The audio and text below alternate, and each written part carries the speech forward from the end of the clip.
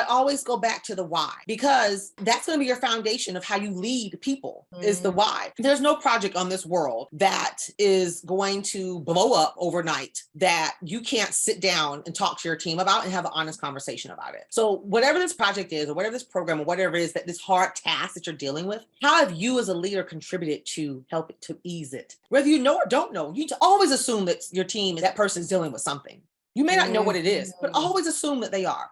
Whether they're single, whether they're married, whether they have dogs, cats, pets, it doesn't matter. And say, okay, how can I help ease this for them to make their job easier? Again, make it psychologically safe for them. Holy moly, this is going to be a beautiful episode and conversation. Marla J. Alberti has lived on board a U.S. carrier, and that has made her unstoppable. She's native of Jackson, Florida, and loves to read, travel, and shop. Many of her travels have been on cruises, and she has taken 16 so far. One of her mottos is "You only live once," and she has a passion to see growth in people's lives and wants to pay it forward. And you are going to feel that from end to end in this episode.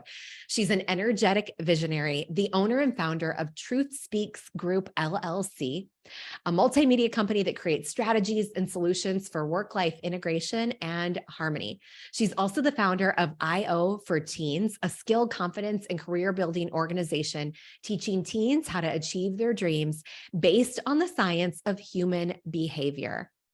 Marla loves speaking, teaching, and writing. She's involved in the motivational movement, Keep It Moving, Truth Speaks Academy, the annual Women's Empowerment Conference, Imagine, I'm Awesome, Growing in Excellence. She has a YouTube channel where she's produced 36 episodes and a blog, theworkingwoman.co. She's an active member of the Junior League of Jacksonville, ATD, ISOP, SHRM, Blacks in IO, APA, ICF, and IPPA. When she's not trying to save the world, which you are going to see that she does. And you're going to get so much from this. If you are feeling stuck, if you are moving through hard times, or if your team is moving through challenging situations. Marla loves a good story and frequents the movies to eat her favorite movie snack, nachos, and loves spending time with her family and friends. You know it, cruising, shopping, and reading. Let's dive into this beautiful conversation that is going to wrap you in compassion and inspire you to keep it moving. Marla, thank you so much for being here. Hey, Amber. I'm so pumped for our conversation today. Me You too. have a lot of cool stuff going on. Yes, I do. All of your expertise, everything that you have built and continue to build. What would you say your zone of genius, your superpower is? This is such a great question, Amber. Thank you so much for this. So I have cloned myself as the work-life harmonizer. I do not believe in work-life balance. And we've heard many experts talk about this. Balance, right? When you try to balance something, something's going to always be off kilter. I'm the type of person, as I coach the whole person. And I believe that same person that lost their dog Scruffy last night is going to be that same person that comes to work. So we can't separate work and life. We can't separate career and life. We can't separate family and work. You know, they're a part of who we are, right? So you have to learn to harmonize all those areas. I'm not saying have perfected it, because I'm human and I'm still doing it as I speak, but I'm walking in those shoes. 99% of my clients, which are mainly the 9-to-5 working woman, I walk in their shoes. I've already done it and I'm doing it. So I just have learned to find that harmonization, right? So I just learned to just help them figure out what is it they want and how can you make time for what you want. Because I'm a firm believer, Amber, firm believer. You make time for what you want, girl. You make time for what you want. And you know, that brings to mind the thought. First, you have to know what you want. Then you got to get clear on what you want and what we're going after. And then, okay, you make time for what you want. And I have found if I say I want something and I'm not going after it intentionally, I have to revisit it. Do you really want that? Like, is this really something you want? Exactly. You have to really know. So that's one of the first things I start off do with my coaching, when I do coaching clients, is I have them that some of them hate me for it, but then at the end of the sessions, they love me. I say, you need to write down, make a list of 10 things, 10 things, not 20, 30, 40, 50, but 10 things. If you remove all obstacles, remove money, remove family, remove anything that you think would get in the way, right? What do you want? Do you want to Mhm. go to Hawaii? I don't know. Do you want a certain job? Do you want to learn how to play guitar? That's one of my ones. Do you want to learn? What do you want to do? Just make the list. And I start them Yeah. with that. And you'll be amazed, Amber, the amount of people who have never done that.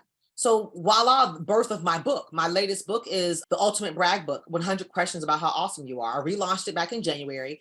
And that's where this came from, because I would be coaching these women and they would struggle so hard to come up with these lists about themselves. They've Mm. never asked themselves, what do I want? So my book has all kinds of great, silly, fun, exciting questions. If you were the CEO of a company, which 10 companies would you run? What are your favorite restaurants, favorite foods, favorite holidays, what are 10 things you love about yourself? What's sexy on you? When was the last time you sat down and wrote down things that are awesome about yourself? Many people don't do that. Some people do, but Mm. many don't. Many don't. So that's where all of that came from. I love this. I love that you threw out some of the questions too, because I was going to ask, Yes. we know there's a lot of research that supports when you pause to Yeah. reflect and Yeah. look at things like this and explore and have awareness around the circumstances, what's working, what's not working. Yes. And we are happier and Yep. you get better results when companies look at these things as well. What's Exactly. the benefit that you see in like sitting down and bragging about yourself and just digging into who you are? Yeah. So the benefit is you get to realize, wait a minute, I am valuable. Wait a minute. I don't have to wait on someone to tell me I'm valuable. I see it, because I always tell my clients, if I can believe in you all day long, but I can't believe in you more than you believe in yourself. Right. So, you hear that in a lot of speeches, right? People say, this person believed in me more than I believed in myself. Well, I'm not a big fan of that. You got to believe in yourself. I can come along and believe with you. Like example, I have all these, I call myself these big, hairy, audacious goals, BHAG, right? I have all these goals, but I have to first believe that I can achieve the goal, right? Then my friends and family, they'll believe it with me, right? But I have to first believe it. So I really help clients understand that, to believe that first. And then once you believe it, no matter how it happens, once you believe it, then you start to realize, okay, maybe I can do this. Because if you can imagine it, Albert Einstein said, if you can imagine it, you can have it. Period. Everything we see, this pen here says the Gateway Arch National Park. I visited the Arch in St. Louis not too long ago. Someone had to think about the arch. Someone had to create this pen, right? This was somebody's imagination at one point in time in life, right? This mouse, right? Someone had to imagine the mouse for the laptops and for the computers. Thank God we have one. So you have to have it in your mind first, and everything starts upstairs. So once my clients realize this, they're able to move forward, kind of move the blockers out, because you can't see the frame because you're in the picture, right? So if you're constantly in that box, then how are you going to grow? How are you going to develop? You're going to wait for someone else to tell you your value? You're going to wait for someone else to tell you your worth? You're going to wait for somebody else to tell you, oh, I see you? You got to see yourself. Now, don't get me wrong. It is great leadership wise. You need to, and that's a whole nother topic. That's a whole nother podcast, Amber. Leaders do need to be encouraging their staff and team, but if that's your sole thing that you're waiting on, if you're waiting on validation from someone else, constant validation from somebody else, it's not going to happen. What are signs? I'm thinking about a conversation I recently had with someone who's very successful and is going to continue to be successful. And I'm thinking about times in my life similarly, and we were talking actually about belief and doubts that creep up. And I'm thinking about myself also, and thinking about times when I may not realize that I don't have belief. So I'm wondering, like, what are the signs or the thoughts that we may have if we do not fully believe yet? Because I'm pretty confident. The people that I work with and talk to, and I'm pointing at Marla right now, because the people I talk to every day are incredible at what they do. And sometimes doubt creeps in, and I don't even know. We don't even know it. That it's like, we don't have full belief yet. How do we recognize that, you might have some work to do here around believing in yourself? Oh, that's such a good question. So a couple of things that I know for sure. Feelings, emotions, they're real. Stop fighting them. Okay. They are part of who you are. We're emotional beings. We are energy, right? So stop fighting the energy, stop fighting the emotions. One thing I tell people is, and I don't take credit from this, I actually heard this from somebody else. If you're standing on the side of the road, so we have 95 is our major highway here in Florida, runs all the way up to DC, right? So if you're standing on the road and all these cars are passing you by on 95, pretend like those cars are emotions. What are they doing? They're just passing by. But you're standing on the road. You're standing on the road watching them. But then sometimes there's a traffic jam on 95. So sometimes those emotions will pause. But how long do those cars sit there on 95? They may sit there for an hour if it's a traffic jam, or they may sit there for a couple hours, depending on what happened. But eventually the emotions will move. But what happens though, if you run out there into those emotions that are moving, you're gonna get hit. So just let them be. Just let the emotions come and be. When you take major leaps in life and jumps, like I just told you, I'm taking a major jump here. Doesn't mean that I'm not nervous. I'm not scared. I mean, you don't have those emotions, then I would question that, because you're not a robot. Right. You're a human being. So you will have these emotions. It's okay. But here's a kicker. You can't allow it to stop you. You got to do it anyway. Do it afraid. I think Joyce Meyer says that. Do it afraid. Do it anyway. I think John Maxwell says it as well. Do it anyway. You got to keep moving forward. And you may not have it all figured out. And that's the problem. Part two. That's the problem, is we try to figure it all out. You're a big believer in law of attraction and universe stuff. The law of attraction truly states you have to love from within, right? And then love what you want to do, and just believe that you can get it done, right? So another thing I have my clients do is journal these thoughts, reflect, sit down and have time with yourself. So many people do not spend time with themselves. And the first key to emotional intelligence is self-awareness. And you have to have a high sense of self-awareness, meaning you have to know your ins and outs, what you like, what you don't like, what piss you off, what doesn't piss you off. A lot of people don't sit with themselves. A lot of people want to point fingers, and we do that a lot here in the United States. We want to point fingers at everybody else's problem. Well, it's your reason why I don't have this. It's your reason why I don't. It's mom's reason, it's dad's reason. Parents did the best they could. Okay, it's time to accept the responsibility. And how can I grow? How can I develop? You have to do the self-reflection. So number one, know what your emotions are. Number two, sit down and have that self-reflection. Get your journal and have a chit chat with yourself. Ask yourself the hard questions. Ask yourself the hard questions. Why do you think that you can't do it? Have you asked yourself that question? Most people don't.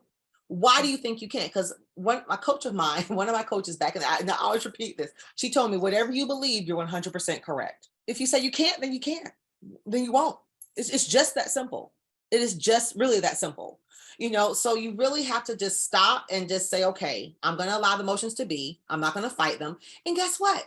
Everyone has a bad day. No one is perfect. Stop trying to model the perfection of social media, right? Because people only show you what they want you to see on social media. They don't show you the headache that they had the day before, or the emotions that they went through the day. They don't show you how they're sitting on the side of 95 waiting for their emotions to pass. They're going to show you, they're going to talk to you about when the emotions are gone and they're happy and great. You got to learn to put blockers on, put boundaries on, and know when to say, okay, I've let them come through. I've sat in them for a little bit.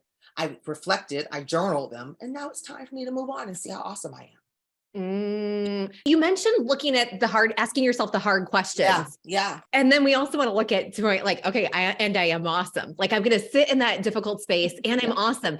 And if we think about integration, the thought came to mind, like, ask some of the hard questions and then maybe seal the deal, like with one of the brag about yourself questions. Like, yes. It's a space, like if you're feeling it and like, oh, this is hurting right now. Like, okay, don't forget how awesome you are too. Exactly. And stop waiting for people to tell you this. Yeah. I mean, yes, there are people. You should have a power group of friends, family, colleagues that know your worth, know how awesome you are, but you have to know it too. You got to believe in yourself too. I mean, I think sometimes, we look at celebrities and we fabricate so much of that. And don't get me wrong, I'm fans of tons of people, tons of actresses, singers, but we forget they're human beings as well. They go through the same things we do. They use the bathroom the same way we do. And there's something that they're doing that we can't do. Yeah. People think that no, I'm not trying to be a singer like Celine Dion. No, I don't want to be a Celine Dion type singer. I want to be Marla, but if I want to be a singer, I think I could be a singer. I don't know if American Idol would take me, but I can definitely go out there and try if I wanted to, but I don't want to. I love this. You do work in the org psychology space, Yes. and I'm Yes. hearing so much of that pull through on an individual level and in organizations. And for business leaders or our leaders who are listening and they're part of teams and they're in organizations, how does what we are talking about pull through the feelings, the reflection, the integration, and the harmony, pull through at the team and the organizational level? So here's the thing. So I promise you, I'm writing the book. Leadership is not rocket science, and it really is not. People forget, and leaders, please, please, please, please, please hear me. Leaders forget that you became a leader. You may have your own reasons, but leadership is about one thing: people. It's not about the title. It's not about the salary, which we know both of those come with it. It's not about looking good on your resume or CV or on LinkedIn. All that, those are just like, to me, like little perks. But leadership is about people. If you don't care and like people, why do you want to lead them? And if no one's following you, you're not a leader. So let's think about those two things first. Then also think about, you have to like the people, but then you have to also genuinely care about them. You have to really ask them questions. And people think it's so hard to be a leader, but it's not hard to say good morning to your team. It's not hard to say, how was Bobby's baseball game last night? How was the ride over the weekend that you and your husband or wife or our family took on your vacation to Disney World or whatever? How was that? So a couple of things you can do in your one-on-one. So you should be having one-on-ones with your team. Your team should not wait till it's time for annual review time to know how they're doing. That still is existing. I don't understand why, but you should be having one-on-ones with your team, whether it's monthly, every 2 weeks or whatever. Ask them, it's their time. Ask them how they're doing. Now, obviously there's HR policies. We can't dig too deep into the ropes, but be a safe place. A lot of leaders are not a safe place for their team. So what happens is when your people withdraw and then they go talk to everybody else besides you, right? And that's the last thing you want, right? You want to be a safe place for them to be able to come and talk. Number two is, and speaking of the psychological safety, is once teams have that psychological safety, and once you show that you really care, voila, they'll do anything for you. It's like magic, but you have to genuinely care. What I have seen throughout my tenure as leaders in leadership roles, and I've had quite a few, is I've had some leaders that genuinely care and I have some that don't. And the ones that don't, it shows. And the ones that do, man, I flourished. The ones that did, because when you don't care, it's a cloud, right? It's a cloud over you. And it pushes that team down. So you have to really ask yourself, okay, you're climbing this corporate ladder. The next role you want to apply for is to be a director, supervisor, manager, chief, whatever. Why? Why do you want to lead people? Do you care about people? Do you like people? Do you care about their genuine interests? Find out about them, right? And let's say they're not doing well, okay, or something's happening in their life, okay? Find out what's going on. Find out. People, again, work-life integration. That same person that lost somebody is coming to work. And there is no time, even though companies give us bereavement days, there is no time on grief, right? Just because we get 5 days of bereavement doesn't mean on the 6th day when Susie comes back, she's fine. Yeah. Right? This is so good. I'm so grateful to you for this conversation. And there's been a lot happening, right, in the last few years. And a lot continues to happen in life and at work. And when something's going on hard in someone's life, right? And odds are somebody's dealing with something hard at any given time. All the time. And then there's something hard going on at work. Yep. And we've still got to navigate that because there are budgets and there are people to take care of and clients and customers. And, how do you deal with the hard at business when someone's got something hard going on in their life too? How do you approach that with compassion and still move through it together? Yeah. As a leader, so step back and show your team that it is hard. Step back and realize that. Be authentic and say, guys, project or whatever it is we're dealing with, this is hard.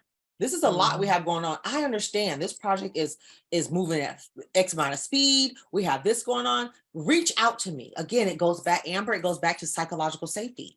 If they're not safe to talk to you, they're not going to say anything to you. So if they're already dealing with something hard at work, they're hard at home, Do you think that which one do you think is going to weigh out more? The one at home is going to take more precedence, because the one at work, you're not listening to them anyway. So as a leader, you have to show compassion. You have to sit back and listen and say, it's hard for me too. Let them know you're human, just like they are. A lot of leaders don't want to be authentic about that, right? So let them know you're human and that you're dealing with it too as a leader. But here are some steps that we can do to move forward.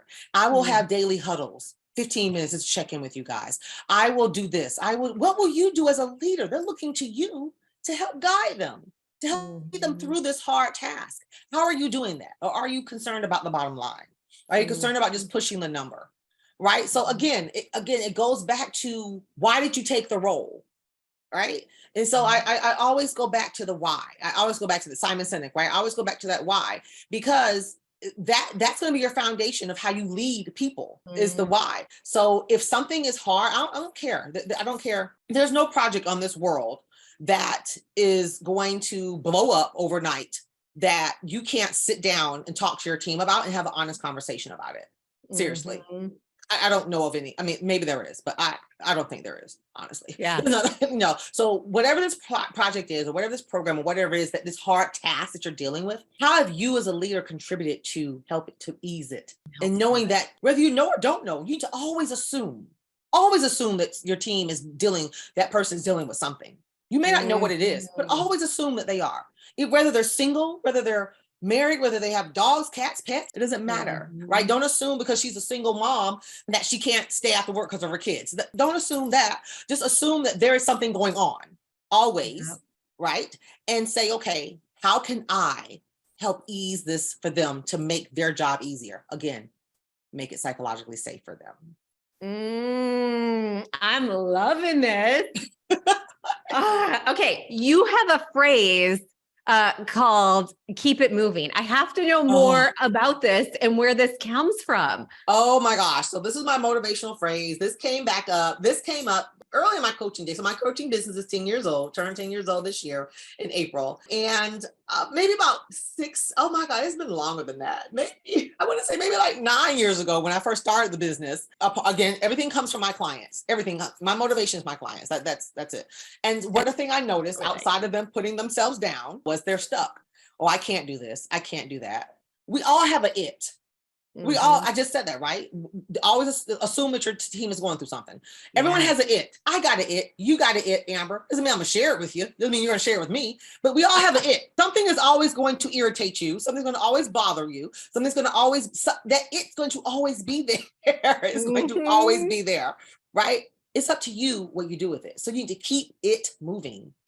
Keep it moving. Now, again, you may have to stay on the sideline. You may have to stay on the side on 95 and watch the emotions go by for a minute. You may have to do that. It's okay. It's okay. I'm not about being, static here in robots, right? That's okay. However, you got to keep moving eventually. The traffic's going to move. The traffic's not going to, the emotions are going to go. Yeah. So what's going to be your excuse next? Right? Keep it moving. That's where it came from. And I have the t-shirt. I remind myself of it every time. Even with some of the stuff that I have going on, the phrase I tell myself, it'll get done. Because I always have an it. Yes. It'll get done. My family and friends laugh at me because I live by my Google Calendar, like literally. But I control my Google Calendar. I can delete off of there whatever I want to delete off of there. Boom. I love this. I do have an it. And, you mentioned this and like, yeah, I know exactly. I got a list of it. We got a list of it. And I've got one big thing. I'm like, man, I am stuck on this thing. And I'm sharing this in case maybe someone who's listening has been in this space or is in this space now. And I'm in the middle of the stuck. I'm like, I'm moving slow. I am causing the traffic jam on 95 for all the things that are going on. And there's part of me, I know it will move. We will move again. This traffic will move again. I don't know when. I don't know exactly how we're going to get unstuck. The traffic jam actually may look a little bit like an Abidjan, right? Where I am now in West Africa. It may look more like an Abidjan traffic jam than a 95 traffic jam, but right, I know it's going to move again. And when you're in that space, and clearly you've got coaching skills and strategies to move people through that. Yeah. But I live life right on time, and I know it's going to come. I've got space. that Yeah. I've got 10 days carved out to like work through the Yeah. it. Yeah. And I've got space in my calendar and I've got days and I've got time and I've got to process Yeah. and journal and reflect Yeah. and read and just really dig in.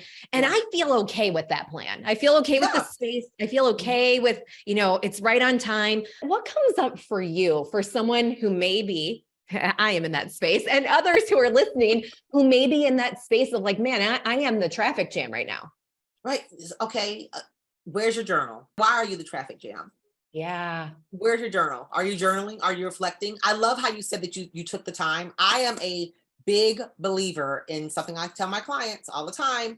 I tell them you have to block time for you on your calendar. When I mean block, I mean literally block. So if I'm going to get my nails done, on my calendar, it literally says nails done. If I'm going to get my hair done, it literally says hair done. If I'm going to go read, it literally says reading time from 5 to 6. And that's what I'm doing. I'm not answering my phone. I'm not looking at social media. I'm not texting. That's what I block time for me. Because I heard Darren Hardy say it this morning as I was listening to one of his podcasts. He said that one thing we all have in common is we all got the same 24 hours a day. Yeah. Right. So I'm not a fan of time management. You cannot manage something that keeps moving, but you can manage yourself. You can manage yourself. I do not time management. I don't like time management books. To me, they suck. Right. It's self-management. And Darren Hardy said earlier, I heard him say it. He said, Dr. Oz, what he uses is energy management. How are you? Where's your energy going? How are you exerting your energy? What's the 80-20? Something that Ben Hardy talks about. What is the 80-20? What is the 80% that you need to give up? Because 20% is going to produce what you need. That's right? the results. Yeah. It's so true. And as you were thinking, like blocking that time, where's my journal? Next to my bed stand. Yep. I have not been journaling a lot lately. So if anyone's your like medicine on right there, there's your medicine. That's gonna be my medicine. Journaling is so healing. Yeah. Like every night I pull out my journal and I just write the things that happened. So 2 things I do at night. I write down 5 words that I'm grateful for. And then I write down 5 things that grateful for that happened that day. And then I write in my journal and I write down the things that happened that day, or whether they were good, bad, sad, ugly, whatever. I write them all down. I write how I feel. It's my journal, and God forbid when I pass or whatever, my son and my daughter-in-law, my great grandkids, they'll read it. They'll be like, oh, my grandma was crazy. But it's okay. I love that. Hey, but that's how I was feeling at the time, right? And it is so freeing, Amber. It's so freeing. People take it for granted, the journaling process, but it really is something that I think, even if it's just for 3 minutes. Yeah. People sometimes they say, I can't write. Yes, you can. You can. And you can write. I can't write. I have nothing right now. Like write it. Just show up. Just yeah. Write. Stop trying to make it perfect. It's your journal. You're not writing a novel for other people to read. It's your journal. It doesn't matter if the words aren't spelled right. It doesn't matter. Who cares? Get it all out, and you'll be amazed at the amount of ideas that come. That's why I'm a firm believer in, like when I coach my team or coach people, I have them to get a journal. Now I'm okay with typing notes on your phone. I am a note taker on my phone. I do have notes on my phone, but I am really big with getting that pen in my hand and getting a journal that I can open up and I can physically write, because the brain gets things done quicker and processes faster when you are putting it in, have your pen in your hand and you're actually writing it on a piece of paper. Or a notebook or something. So that's where it starts at. Get that journal out and start reflecting and start figuring out what's going on here. And trust me, you have, and that's the one thing we believe as coaches. You have the answer. As a coach, there's not one coach out there, and please come argue with me if you want to. There's not one coach out there that does not believe that their client does not have the answer. Now, if you don't believe that, then you're not a true coach. Because as a coach, we have to believe that you have the answer within inside of you. We just help you dig it out. I love to say, dig out the gold. We already know the gold is in you, right? Why you're already awesome. We already know that, but let's dig it out. Let's help you dig it out. So that's what we help you do. But I already know it's there.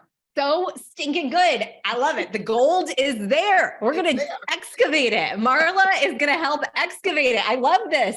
And, you mentioned the schedule. And I had shared that I've got 10 days where I'm just blocking to really process, creating a lot of space. Yeah. But I blocked those days like 2 months ago. Yep. So this isn't like, okay, traffic jam's building, but we're going to get through it eventually. Like, sorry, everybody.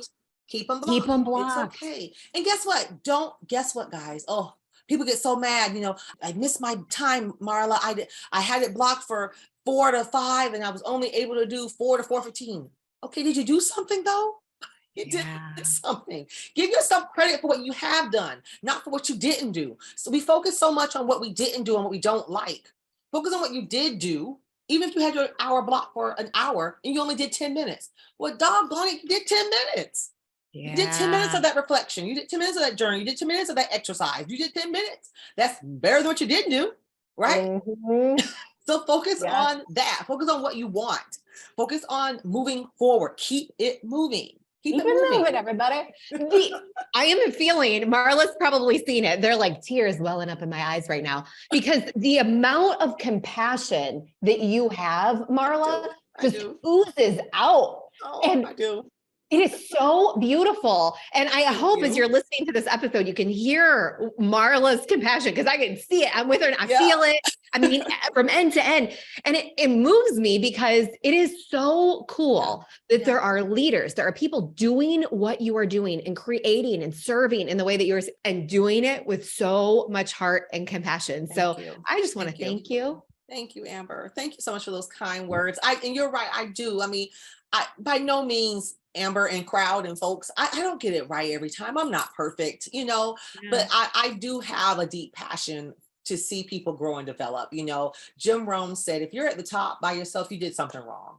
You do enough for everyone else, your needs and your goals will be taken care of. But sometimes people, misconstrue that statement, and it means to not put themselves first. You need to put yourself first. You got to love yourself. You got to love yourself. Why do you think they tell you to put the oxygen mask on first on the plane, right? You got to take care of yourself in order for your cup to be full so you can pour out to give to others, right? So I'm constantly taking time for myself, blocking my calendar. I practice what I preach. I literally practice what I preach. And am I perfect? No, I'm not perfect, right? People ask me all the time, how do I get it all done? I'm a work-life harmonizer. I do the practices that I coach on. I literally do. I journal. I take time for myself. I'll cancel something on my calendar. Just so go to a movie, right? Because I need a break. My friends and family know I'll jump on a cruise ship in a heartbeat. I'm a cruiser, so. So open invite if anybody needs someone to cruise with, Marla. Right. So please don't try to be like anyone else. Be yourself. Who said it? Steve Jobs. Steve Jobs said everybody else is taken. So just be yourself. Everybody else taken. Be yourself. Be you. Marla, where do people find you? Where do people get the book? Where do people coach with you? How do people follow up? Yes, thank you so much for this. So a few things. So you can go to my website, www.truthspeakscoaching.com. You want an autographed copy of the book, I will. So the autographed copy is $17.99 to pay for shipping, or you can go to Amazon and get it for $14.99 and get it from Amazon. But obviously, if you buy it from my website, obviously that more money comes to me. Amazon takes some of the money from that. But either or, it's okay. But go to the website. Make sure you sign up if you sign up to be on my email list, you can download a free work-life harmony workbook. It is not a one page; it's an actually free workbook. So you can sign up to be on that, as well as my coaching packages. Everything's out there. I have 3 wonderful packages that are out there that you can reach out for and do a consultation. Obviously, for the nonprofit that I mentioned earlier, that's IO for Teens. So the letter IOFORTEENS.org. Check out the website. And then for following on social media, so it's Truth Speaks Group. So just look for Truth Speaks Group on Instagram, Facebook. Look for me under Marla J Alberti on LinkedIn. And the same for IO for Teens. It's all the same for all of the social media outlets. So dang good. We'll link all of that up in the notes for anybody who wants to click through. Absolutely. Yes. Thank you. I have one more question for you. Yes. What if someone is sitting here today thinking, okay, I am motivated, I am fired up. What would you say to them? Oh my God. I would tell them, go do it. I'm telling you this. I say it all the time. You will not see me on my deathbed in 60 years saying, I wish. Make your dash, the birth year and death year, make that dash mean something. Make the dash mean something, everybody. Yeah, whatever that means to you. And if that means starting a garden, then start the garden. If that means sewing some socks for your future grandkids, that's something I'm not going to do, but do it. If it means traveling the world, do it. If it means quitting the job, do it. If it means starting the business, do it. What are you waiting on? I know we hear that a lot, but it's really real, especially now since the pandemic. People have realized, you know what? Companies don't care about me as much. Maybe I do need to do something for myself. Do it. Nike, just do it, right? Marla, Do you're it. amazing. You're Love amazing. you. Thank you. Thanks Thank for you. being here. Thank you. Thank you so much.